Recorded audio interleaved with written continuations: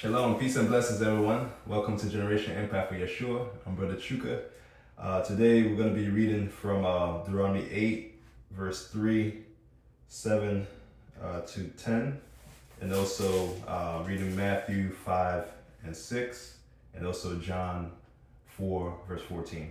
All right? So let me read from here. So Deuteronomy chapter 8, verse 3, it says, "And he humbled you and let you suffer hunger, and fed you with manna, which you did not know, nor did your fathers know, to make you know that man does not live by bread alone, but by every word that comes from the mouth of Yahweh." Verse 7, "For Yahweh your Elohim is bringing you into a good land, a land of streams, of water, of fountains and springs that flow out of valleys and hills, a land of wheat and barley, of vines and fig trees, and pomegranates, a land of olive oil and honey, a land in which you eat bread without scarcity, in which you do not lack at all, a land whose stones are iron, and out of whose hills you dig copper.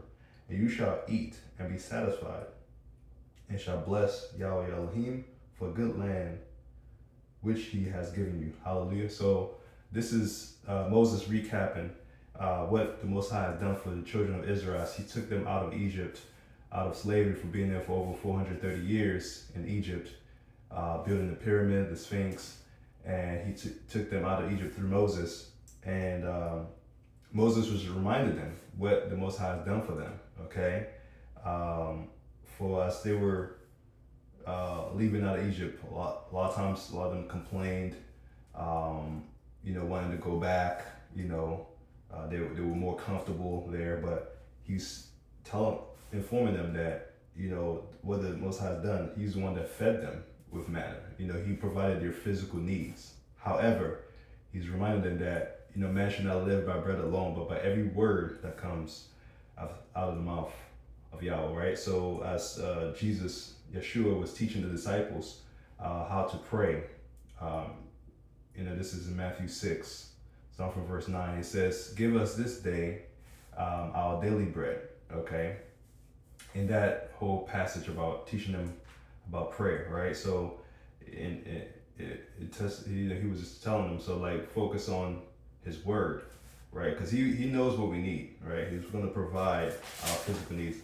Matthew 5, verse 6, "Blessed are those who hunger and thirst for righteousness, because they shall be filled." So as you thirst for righteousness, being righteous in his sight, you be filled physically and you be filled spiritually, and which is the most important part, for being filled spiritually through his word and by his spirit.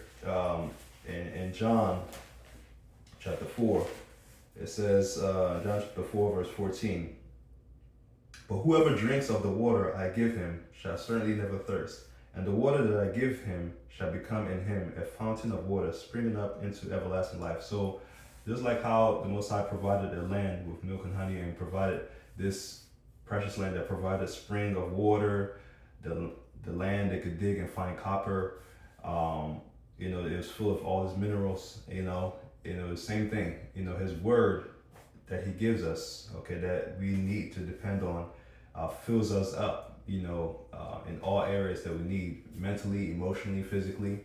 And then when he gives us his spirit, which anyone could ask for his Holy Spirit, in John 3, he talks about that, if you receive him, you become born again. His spirit will give you,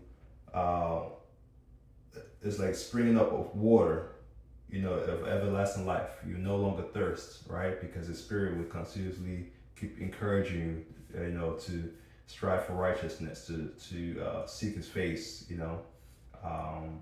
praying in tongues and all those things, right? So, and walking in power. But yeah, I definitely want to share this. Thank y'all for listening. Shalom. Bless y'all.